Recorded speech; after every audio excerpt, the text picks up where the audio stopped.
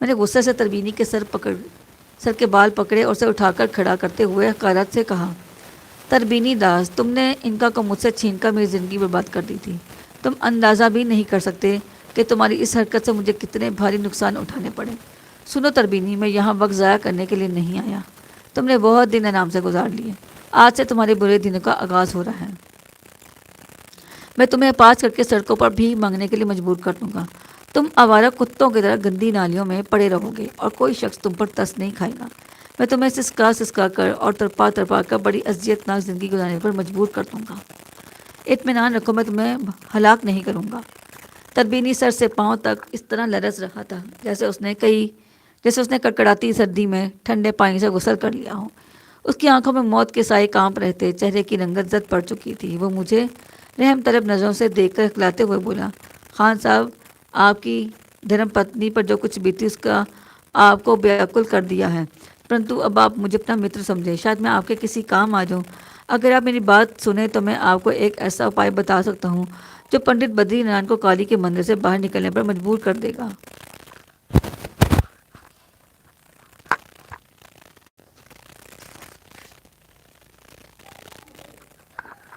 تربینی بدری نین کا نام سن کر میں نے تربینی کے بال چھوڑ دیے اور اسے زہر بھری نگاہوں سے گھور کر بولا، جلدی بتاؤ، کیا تم اس کمینے پنڈت کو مندر سے باہر نکالنے میں میری کوئی مدد کر سکتے ہو؟ بدری نارائن مہان شکتی کا مالک ہے خان صاحب، میں اس کا بال بھی بیکا نہیں کر سکتا، پرنتو میں ایک ایسے دھرماتما کو جانتا ہوں جو آپ کی سہایتا کر سکتے ہیں۔ اگر وہ چاہیں تو بدری نارائن آپ کے چرنوں میں لوٹنے پر تیار ہو سکتا ہے۔ مجھے وشواس ہے کہ آپ اوش سفل ہوں گے خان صاحب، مجھ پر اعتماد کریں، ایک بار آزما کر تو دیکھیں۔ خوش آمدی کتے، جلدی بتا کہ وہ کون ہے اور مجھے کہاں ملے گا۔ یاد رکھا اگر تو نے غلط بیانی سے کام لیا تو اچھا نہ ہوگا۔ ان کا بدستور میرے سر پر موجود تھی، وہ بھی تربینی پر نگاہیں جمائے ہوئے تھی۔ تربینی نے رستے ہوئے بولا، میں آپ سے دھوکہ نہیں کروں گا خان صاحب، مسور کی پہاڑیوں پر ایک دھرماتما ہیں، ان کا شبھ نام پریتم لال ہے، وہ نہ جانے کتنے برسوں سے گیان دھیان میں مگن ہے اور ان کی شکتی ہنومان کی شکتی سے بھی زیادہ ہے، ان کا کہا دیوی دیوتا بھی نہیں ٹالتے ہیں۔ خان صاحب، اگر آپ نے پریتم مہاراج کو رام کر لیا تو بدری نارائن کالی کے مندر سے نکلنے پر مجبور ہو جائے گا، آپ ان کا دیوی سے بھی پوچھ سکتے ہیں۔ جمیل، ان کا نے میرے کانوں میں سرگوشی کی، تربینی بالکل سچ کہہ رہا ہے، لیکن پریتم لال تک تمہاری رسائی مشکل سے ہوگی کیونکہ وہ شخص کسی سے ملتا نہیں ہے، ملاقات کرنے سے گریز کرتا ہے۔ میں بدری نارائن کے لیے پریتم لال سے ضرور ملوں گا، میں نے دل ہی دل میں ان کا سے کہا۔ پھر تربینی کو مخاطب کر کے میں نے پوچھا، نرگس کی موت کا علم تجھے کیسے ہوا؟ آپ کی کرپا ہے خان صاحب، تربینی نے ہاتھ باندھ کر جواب دیا، پنڈت پجاریوں کی سیوا کر کے 2-4 گر سیکھ لیے ہیں، ان کا کہ آنے سے پہلے تھوڑا بہت تو آتا جاتا ہی تھا۔ کچھ دن اور چین کی بانسی بجا دو تربینی، میں بدری نارائن کو ٹھکانے لگانے کے بعد تم سے پھر ملوں گا۔ میں نے نفرت سے کہا، پھر تیزی سے پلٹ کر حویلی سے باہر آ نکلا۔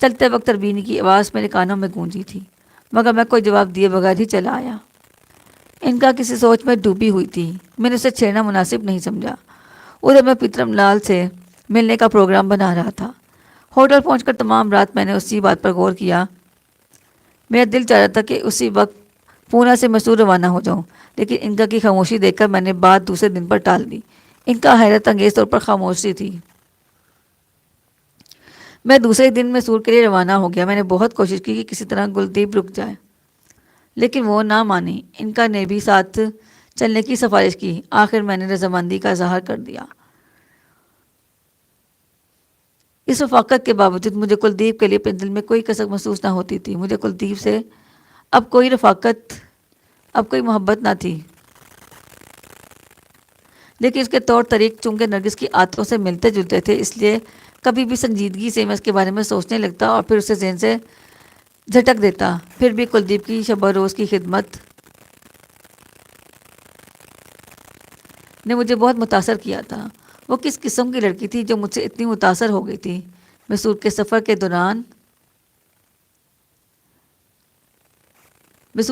دوران میں بھی میری اور کلدیپ کی زیادہ بات چیت نہیں ہوئی۔ ایک دو بار انکا نے مجھے کلدیپ کے سلسلے میں ہموار کرنے کی کوشش بھی کی، لیکن میں ٹال گیا، اور پھر غالباً انکا نے اس سلسلے میں زیادہ اصرار مناسب نہیں سمجھا۔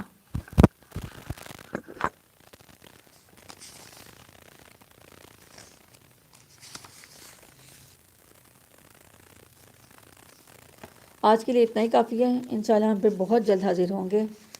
تب تک کے لیے اللہ حافظ۔ ہمارے ساتھ بنے رہنے کا بہت بہت شکریہ آپ سب کا۔ اللہ حافظ۔